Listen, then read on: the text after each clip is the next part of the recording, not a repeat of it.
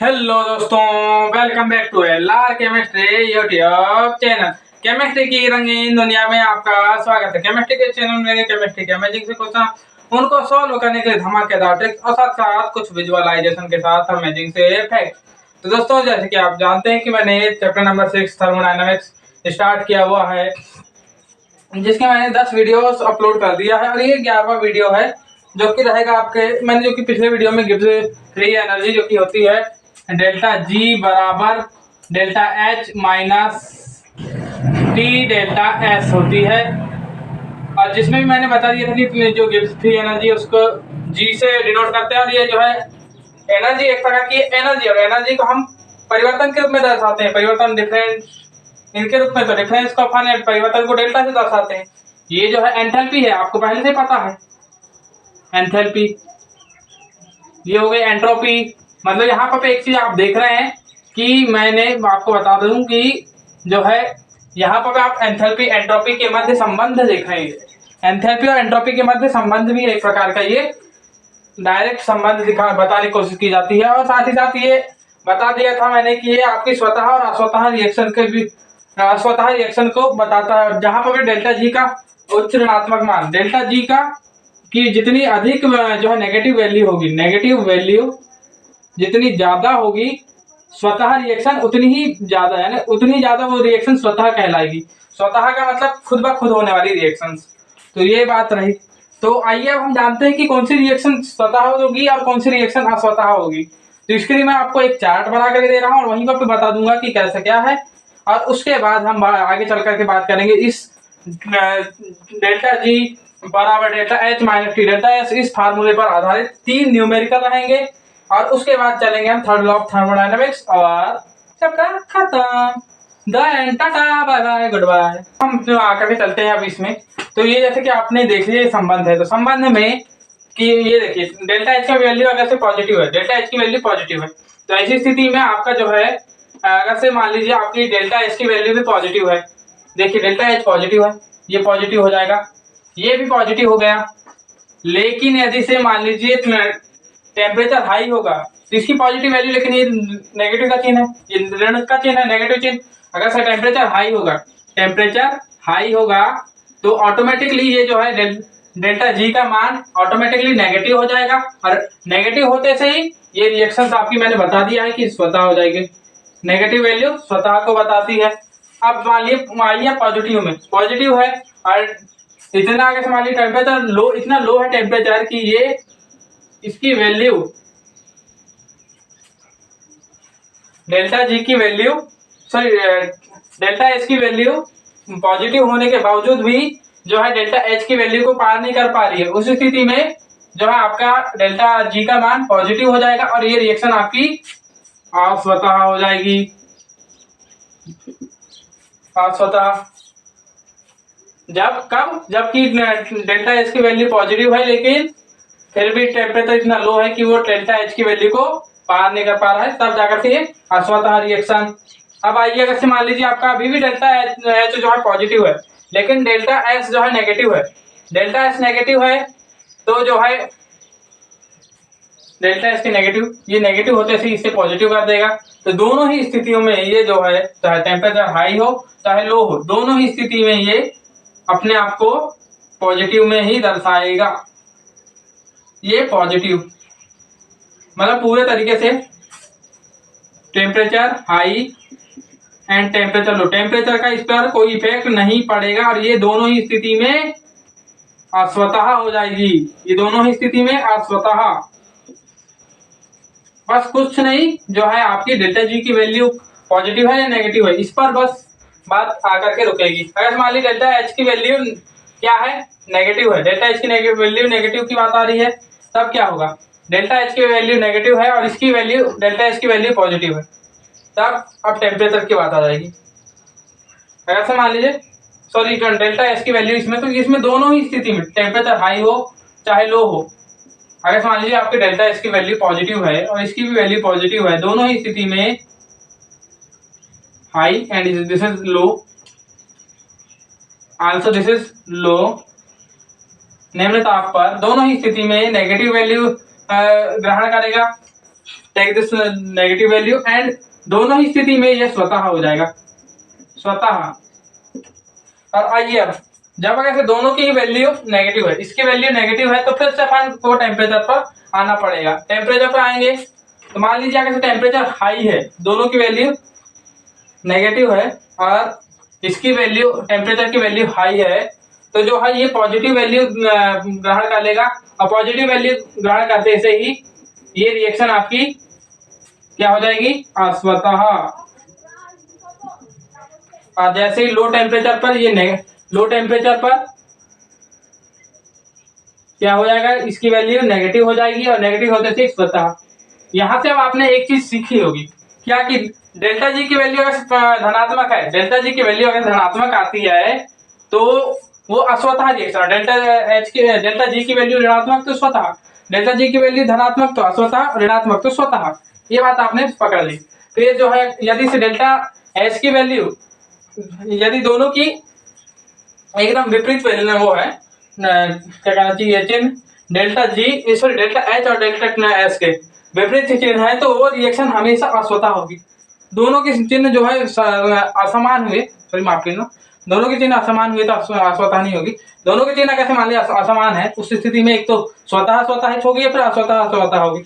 यदि delta H की value धनात्मक है और उसकी वैल्यू ऋणात्मक है, क्या नाम, डेल्टा एच की, तो वहां अस्वतः ही होगी। और यदि डेल्टा एच की वैल्यू ऋणात्मक है और आपकी डेल्टा एच की वैल्यू धनात्मक है, तो उस स्थिति में हमेशा हमेशा जो है इसकी वैल्यू क्या हो जाएगी, यानी इसके स्वतः रिएक्शन होगी। और जब भी अगर मान लो टेम्परेचर ये दोनों समान हो जाएंगे, इनके चिन्ह समान होते हैं, तो फिर टेम्परेचर पर डिपेंड होता है कि हाई टेम्परेचर पर दोनों पॉजिटिव है तो हाई टेम्परेचर पर स्वतः होगी, और दोनों चिन्ह नेगेटिव है तो फिर जो है लो टेम्परेचर पर स्वतः होगी। तो यहाँ से समझ गए होंगे आप, और इस चार्ट को बिल्कुल ध्यान में रखिए। अब इस चार्ट का उपयोग किस प्रकार होगा, या फिर इसको अपन किसी न्यूमेरिकल में या फिर किसी अपने जनरल लाइफ में किस प्रकार यूज करेंगे, आगे न्यूमेरिकल में करते हैं। न्यूमेरिकल है जो कि एक कुछ इस प्रकार है कि किसी अभिक्रिया है तो डेल्टा एच की वैल्यू कुछ इस प्रकार है, 500 किलो जूल पर मोल, और साथ ही साथ डेल्टा एच बराबर यानी एंट्रोपी एंथैल्पी की एंट्रोपी डेल्टा एच बराबर 500 जूल पर केल्विन मोल है। तो वहां आप अपने को यानी वो टेम्परेचर ज्ञात करना जिस पर ये अभिक्रिया स्वतः होगी, और यहाँ पर साथ ही साथ अपने को डेल्टा जी का वैल्यू दी हुई है। अब डेल्टा जी की वैल्यू अपने को नेगेटिव में दी हुई है, तो यहाँ पर अपने को नेगेटिव में दी हुई है, तो इसका मतलब पहले से हमको पहली बात तो कंफर्म है कि ये होगी रिएक्शन कैसी, स्वतः होगी। रिएक्शन कैसी होगी, स्वतः। ये बात अपने दिमाग में भर के रखिए। तो इस पर जो है ना, जब भी ऐसे कोई न्यूमेरिकल आएगा जिसमें डेल्टा जी की वैल्यू दी जाए, तो डेल्टा जी की वैल्यू दी जाए तो वो जो है, अभी आप जो है 11th में तो डायरेक्ट इस फार्मूले के अलावा कोई और फार्मूला नहीं लगाएंगे। डेल्टा जी बराबर delta H minus T delta S, ये सूत्र। यदि अगर से आप जो है आप बड़ी क्लास में भी चले गए हैं तो भी आपको, या फिर आपने जो है इलेक्ट्रोकेमिस्ट्री पढ़ी हुई है तो भी आप जो है अधिकतम ये वाली और डेल्टा जी बराबर इतना माइनस NaP, और इसके अलावा फिर दो रिएक्शन के अलावा मुझे नहीं लगता कि और कोई इसमें फार्मूला है डेल्टा जी के लिए। तो इलेक्ट्रोकेमिस्ट्री में ये है और जो है आपकी थर्मोकेमिस्ट्री में ये है। तो अब क्वेश्चन तो ये है कि थर्मोडायनेमिक्स का तो ये वाला फार्मूला लगेगा डायरेक्ट। तो आइए इस फार्मूले पर आते हैं। और एक और रहता है जो कि ये है डेल्टा जी बराबर माइनस ln के EQ, ln के EQ, जहां पर के इक्विलिब्रियम है और ये इक्विलिब्रियम पर लगता है। ये इक्विलिब्रियम पर डेल्टा जी की अलग अलग वैल्यू होती है अलग अलग जगहों पर पे, तो उस हिसाब से इक्विलिब्रियम वाले चैप्टर में आ जाएगा। तो इस तरीके से तो आइए अपन आते हैं इस न्यूमेरिकल पर, जो कि ये है थर्मोडायनामिक्स का। तो थर्मोडायनामिक्स में ये वाला सूत्र लग जाएगा।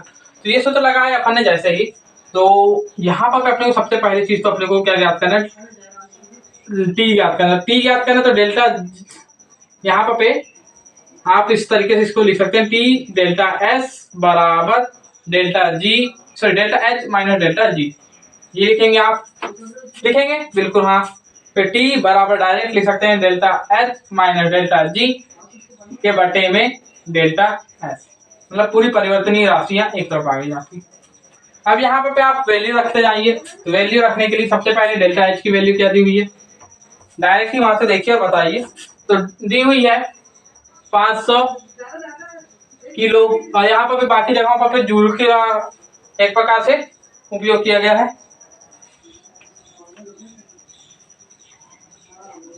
1200 मिली, माफ कीजिए, जो है ना जूल का ये, इसकी जो है मात्रक दिया नहीं है, मैं बता रहा हूँ आपके बुक में या फिर जहाँ से मैंने नोट किया है वहां इसका मात्रक नहीं दिया, इस वजह से मैं थोड़ा कंफ्यूज हो रहा था।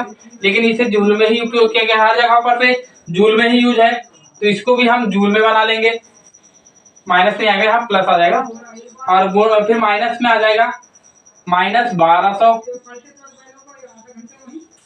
ये हो गया। और डेल्टा एस की वैल्यू कितनी दी हुई है आपकी? 500, ये दी हुई है। यहीं से आप जो है इसे हल करेंगे, माइनस माइनस का प्लस हो जाएगा, और ये 500 और ये 3 0 प्लस 1200 के बटे में 500, ये हो गए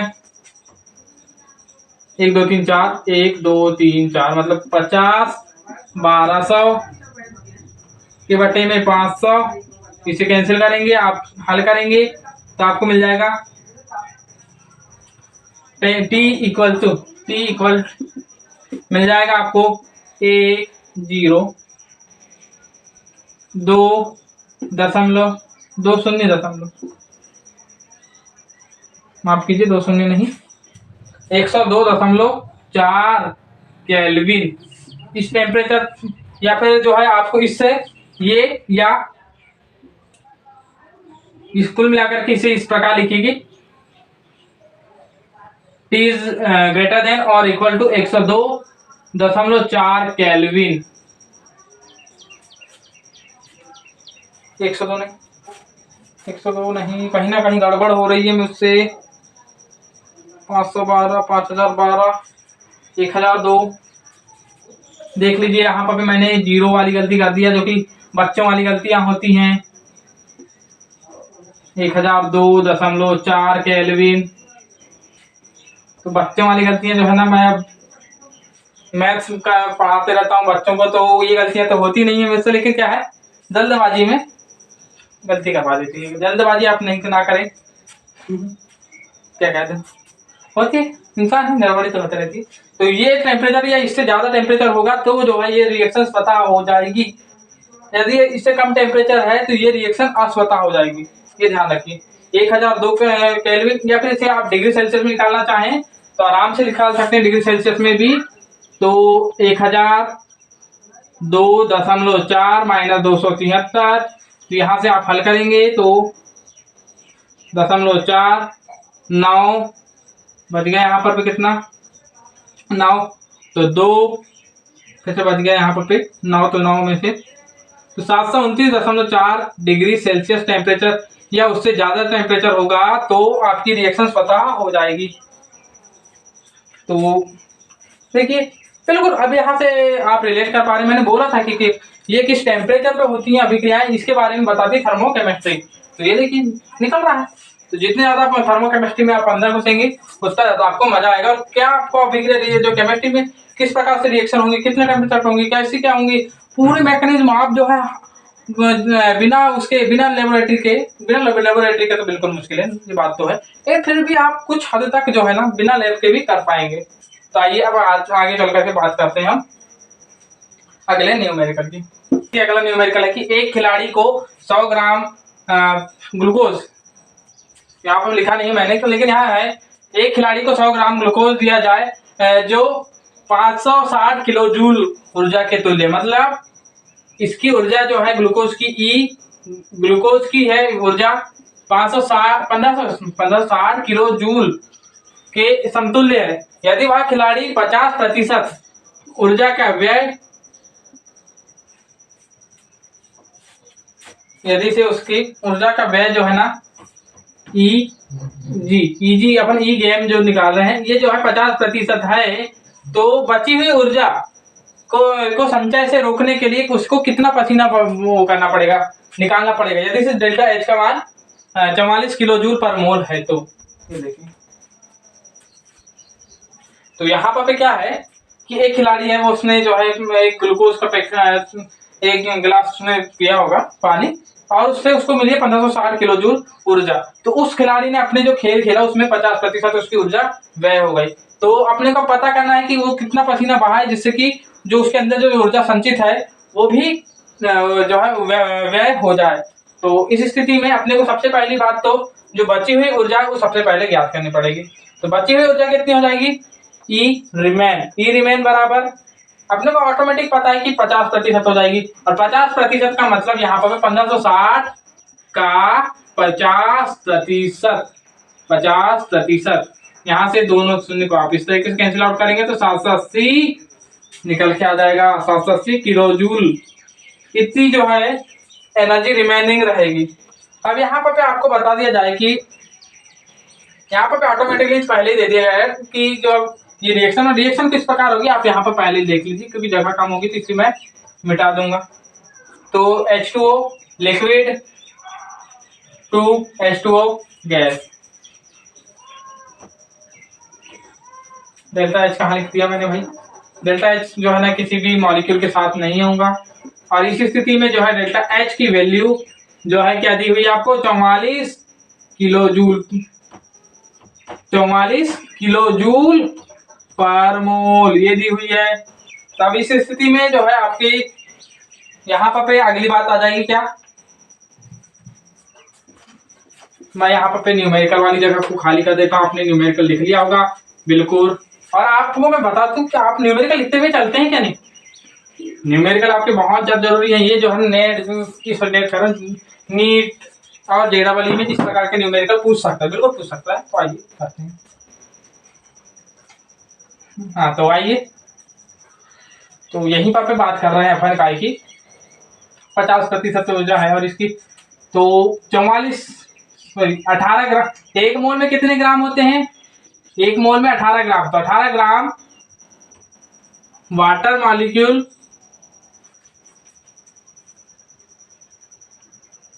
के जो है वाष्पन ही होगा तभी तो पसीना बहेगा। एक बात याद रखिए, यहाँ पर वाष्पन होने पर ही पसीना बहेगा, एक प्रकार से ये बात है। तो वाष्पन होगा तब पसीना बहेगा। तब एक 18 ग्राम वाष्पन में ऊर्जा ये होगी ऊर्जा, या फिर आपका डेल्टा H की वैल्यू कितनी दी हुई है आपको, 44 किलो जूल इतनी दी हुई है। तब यहाँ पे 780 ग्राम H2O जब स्थिति ऐसी आएगी तो इसके वाष्पन में तो 44 के बटे में 18 तो हो जाएगा, 44 के बटे में 18, लेकिन ये 780 गुणे में चल जाएगा। बात ऐसी आती है। कुल मिलाकर स्टार्टिंग क्या होती है, ये 18 से अपन बनाएंगे, 18 से ये 18 था, 18 को 1 में बदलेंगे, 18 का जो है 44 था, तब 1 का हो जाएगा 44 बटे, दोनों तरफ अपन क्या कर रहे हैं, यहाँ पर भी 18 का भाग देंगे तो इधर भी 18 का भाग देना पड़ेगा, तब जाकर के इधर 1 बनेगा, तब जो है यहाँ 18 ये हुए। और इसमें फिर जो है 740 का 780 का गुणा हो रहा है, तब यहाँ 780 बन रहा है, 780 यहाँ बना तो फिर ऑटोमेटिकली यहाँ पहुंच गए हम, ऑटोमेटिकली यहाँ पहुंचे। और इसकी वैल्यू कुछ इस प्रकार हो जाएगी आपकी 309। तो कितना पसीना निकलेगा, तो पसीना निकलेगा आपका 309.09 ग्राम, इतना पसीना निकलेगा। तब जो है वहां उसकी पूरी एनर्जी जो है लॉस हो जाएगी। वैसे तो एनर्जी पूरे तरीके से उसके जो ग्लूकोज से लिया है वो एनर्जी पूरे तरीके से लॉस हो जाएगी, पुरानी एनर्जी अभी भी बनी रहेगी। तो ये रहा आपका न्यूमेरिकल कुछ इस प्रकार था, जहां पर ग्लूकोज जो है डायरेक्ट तो ग्लूकोज जो है पसीने में कन्वर्ट नहीं होगा, पसीने में कन्वर्ट होगा क्या, पानी का कन्वर्ट होगा, जल का अणु कन्वर्ट होगा। तो वही जल के अणु की ही बात की गई थी, तो जल के अणु से हमने फिर निकाल लिया कितने पसीना वाष्पन के रूप में निकलेगा। तो ये है आपका आंसर बिल्कुल। तो अगले न्यूमेरिकल की, तो न्यूमेरिकल कुछ इस प्रकार है कि जब एक मोल बर्फ जो कि वायुमंडलीय दाब पर है और वो जो है 0 डिग्री सेल्सियस से 100 डिग्री सेल्सियस तक ताप में परिवर्तित हो रहा है, तो यहाँ पर अपने को एंट्रोपी परिवर्तन ज्ञात करना, जबकि दो प्रकार की उष्माएं, मोलर गलन उष्मा और वाष्पन की उष्माएं दी हुई हैं। तो यहाँ पर आपको बता दिया जाए, डायरेक्ट मैं थोड़ा सा बता दूं कि बर्फ यानी एक प्रकार से जल का अणु है, बर्फ यानी जल का अणु। मैं सारा जहां पर भी H लिखा हूं तो H के पहले क्यों मैं डेल्टा लगाने की कोशिश कर रहा हूँ, तो ये है। तो यहाँ पर सबसे पहले H2O जो है ना क्या होगा, ये 0 डिग्री सेल्सियस है, तो 0 डिग्री सेल्सियस में ही, जबकि टेम्परेचर 0 डिग्री सेल्सियस से थोड़ा सा बढ़ता है और 100 डिग्री सेल्सियस तरफ जा रहा है। 0 डिग्री सेल्सियस पर ही है, मान लीजिए एक प्रकार से ये 0 डिग्री सेल्सियस पर है।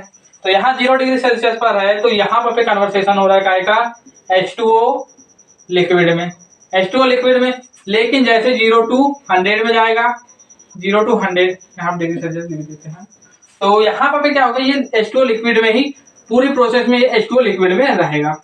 यहाँ पे अवस्था परिवर्तन नहीं होगा, यहाँ अवस्था परिवर्तन हुआ, यहाँ नहीं होगा। और जैसे 100 डिग्री सेल्सियस में एक बार और जो है, यहाँ पे 100 डिग्री सेल्सियस में एक और रिएक्शन होगी, जहाँ पर पे कि ये H2O वेपराइजेशन में यानी वाष्प में बदल जाएगा, या फिर गैसियस स्टेट में बदल जाएगा। गैसियस स्टेट में बदल चुका, पहले सॉलिड, सॉलिड से लिक्विड, लिक्विड से लिक्विड में ही, जबकि यहाँ पे टेम्परेचर परिवर्तन बस हो रहा है, यहाँ पे ताप परिवर्तन हो रहा है।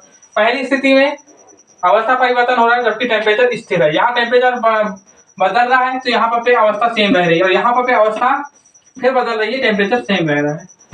तो यहाँ इस प्रकार से 3 प्रकार से रिएक्शन हो रही है। इसी वजह से 3 प्रकार की एंट्रोपी परिवर्तन निकलेंगे, डेल्टा S1, डेल्टा S2 और डेल्टा S3 निकलेगी। और जैसे ये तीनों रिएक्शन तीनों निकल जाएंगी, तो यहाँ तीनों के निकलने के बाद ये जो है एक ऑटोमेटिकली निकल जाएगी, एक और जो कि delta S1 plus delta S2 plus delta S3 होगी। और यही जो है एंट्रोपी आपकी फाइनल एंट्रोपी होगी। ये तो समझ गए आप।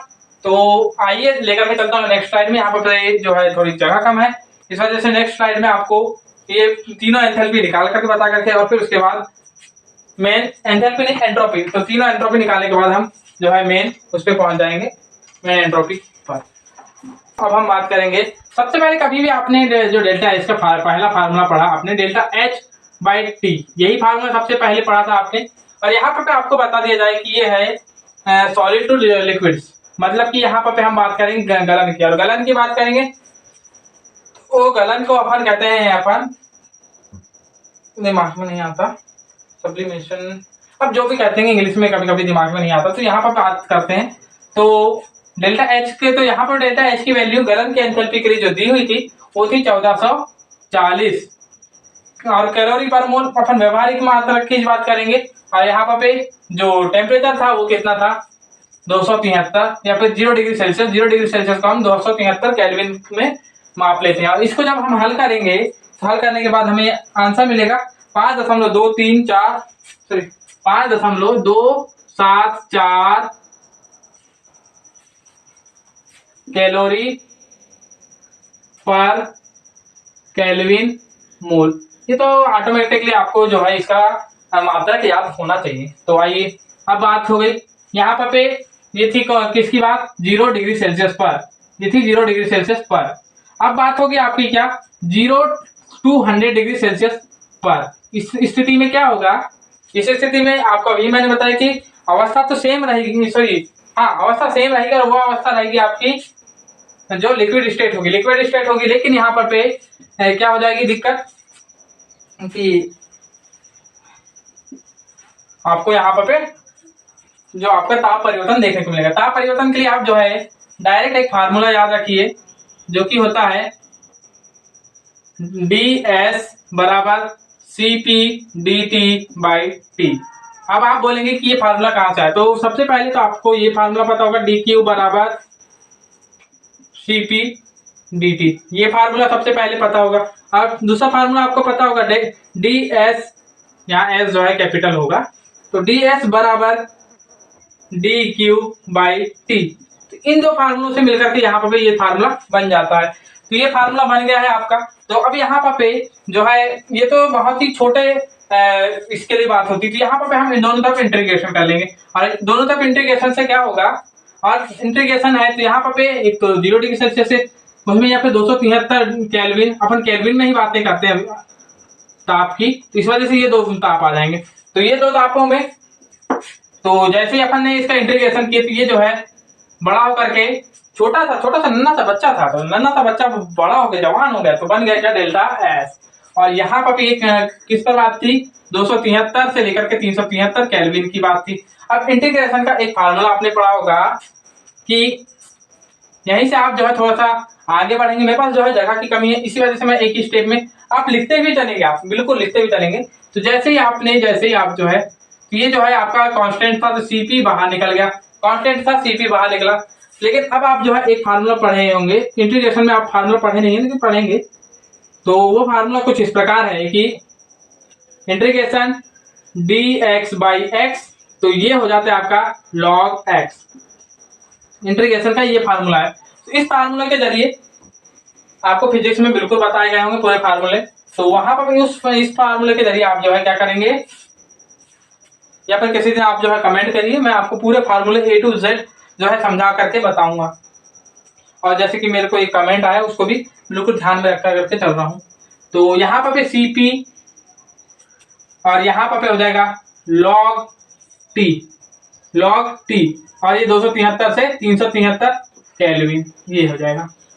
और जैसे इसे आप थोड़ा हल करने की कोशिश करेंगे, तो यहाँ पर जो है CP, थोड़ा सा मैं इधर से ले लेता हूं, CP log, सबसे पहले ऊपर वाला माइनस नीचे वाला, तो यहां से आप इसे हल करेंगे। और CP की यहाँ वैल्यू में आपको, अब जब मैंने इसकी वैल्यू रख दिया तो CP की भी वैल्यू बता दूं। और जो है ये log नहीं होता, ये ln होता है, माफ कीजिए, ये ln होता है। और ln को log में चेंज करेंगे तो सबसे पहले 2.303 लिखेंगे, क्योंकि आपको यहाँ पर पहले ही बता दूं कि ln बराबर 2.303 केल्विन, सॉरी लॉग होता है, ये होता है। ये फार्मूला ध्यान रखेंगे आप, और बिल्कुल नोट कर लीजिए अपनी कॉपी में, ln बराबर 2.303 लॉग, बस इतना सा है। तो यहाँ से, और जो है साथ ही साथ आप जो है 18 का गुणा कर लीजिए, क्योंकि यहाँ CP की वैल्यू जब भी ना दी जाए और जो है H2O की बात की जाए तो CP की वैल्यू आप 18 रख सकते हैं। तो यहाँ से आप इसको हल करते हैं, जैसे इसे हल करेंगे तो आपको डायरेक्ट आंसर मिल जाएगा 5.683 5.683 कैलोरी पर केल्विन मोल, ये मिल जाएगी आपको वैल्यू। ये हो गई आपकी, ये थी डेल्टा S1, ये हो गई डेल्टा S2। अब डेल्टा S3 पर क्या होगा, ये होगी 100 डिग्री सेल्सियस पर बात, यहाँ पर 100 डिग्री सेल्सियस पर बात होगी।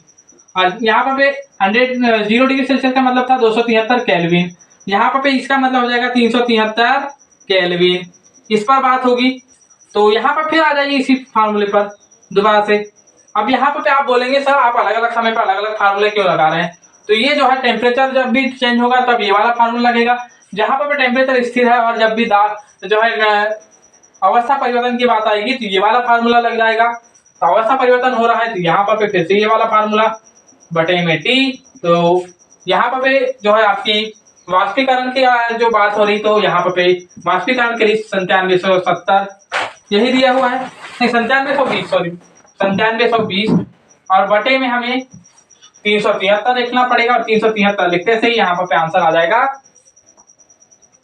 फिर से मुझे क्या है, आप बोलेंगे कि बार बार जो है कॉपियों में क्यों देख रहे हैं या किधर तक नहीं देख रहे हैं, तो कैलकुलेशन करते रहिए, मुझको कोई दिक्कत नहीं। मैं कैलकुलेशन कराने के लिए बोलेंगे तो आपको 2 घंटा का, इसी एक न्यूमेरिकल में 2 घंटा ले लूंगा, इतना भी का नहीं है, 5 मिनट की कैलकुलेशन है, लेकिन 5 मिनट भी आपके बचे रहेंगे, मेरे लिए फायदेमंद रहेगा कि जो है 5 मिनट बचाऊंगा तो मेरा डाटा बचेगा, डाटा कम जाएगा। अभी उतना ज्यादा राउटर नहीं लगा पाया हूँ। तो आइए अब यहाँ से डेल्टा S3 की बात करेंगे अब हम। तो डेल्टा S3 ये निकल गया वहां पर ना, डेल्टा S3 निकल चुका है। अब डेल्टा S की बात करें तो डेल्टा S किस प्रकार निकलेगा बताया हूँ, delta S1 plus S2 plus S3, जैसे इनका एडिशन करेंगे आप तो कुछ इस तरीके से, पहला वाला क्या है 5.274 प्लस 5.683 प्लस 26.073, और जिन इन तीनों को जोड़ेंगे आप तो 36.37 ऐसे कुछ आ रहा है। यहीं से डायरेक्ट मैं ही जोड़ देता हूँ ना, क्योंकि ये 0 7 8 15 15 और 0 कहाँ, हाँ बिल्कुल 7 8 15 15 और 7 22 और 1 23, और यहीं पर आप जो है 2 6 यहाँ 9, तो 36.93 कैलोरी पर मोल केल्विन, ये बन जाएगा आपकी फाइनल एंट्रोपी। ये हो गई आपकी फाइनल एंट्रोपी। तो आइए अब हम अगली बात करते हैं जो कि इस चैप्टर का सबसे एंडिंग पॉइंट है। और उसके बाद जो है मैं जो है आपको मोर देन सफिशिएंट आपके बोर्ड एग्जाम के लिए मोर देन सफिशिएंट जो है ये पढ़ा चुका हूँ। एनसीईआरटी बुक से थोड़ा आगे पहुंचा दिया हूँ आपको। तो बिल्कुल आप डाउट ना करें कि मैंने कुछ छोड़ दिया है, बिल्कुल नहीं। मैंने जो है एनसीईआरटी की बुक भी देखा इसके बाद। ऐसा नहीं कि एनसीईआरटी की बुक हर बार हर चैप्टर हर वीडियो बनाने के पहले एक बार आपकी एनसीईआरटी की बुक देखी जाती थी। तो मोर देन सफिशिएंट है ये। अब बात करते हैं third law of thermodynamics, law of thermodynamics पर। तो ये कहता है उष्मागतिकी का तृतीय नियम है जो कि अलग अलग वैज्ञानिकों ने मिलकर के दिया था। तो यहाँ पर थर्ड लॉ ऑफ थर्मोडायनामिक्स कुछ नहीं है, सिंपल सी बात है कि 0 केल्विन जो कि परम शून्य ताप होता है। तो परम शून्य ताप पर किसी भी जो है पदार्थ की एंट्रोपी शून्य होती है।